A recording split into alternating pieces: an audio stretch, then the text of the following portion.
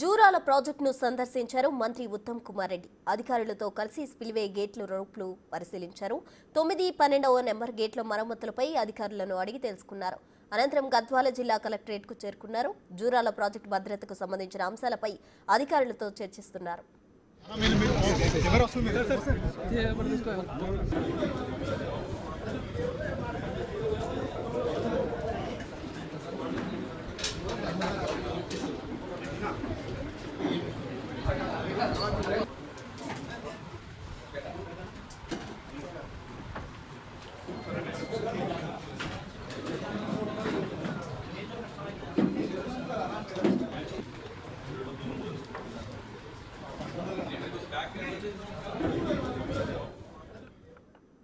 జూరాల ప్రాజెక్టును మంత్రి ఉత్తమ్ కుమార్ రెడ్డి సందర్శించారు.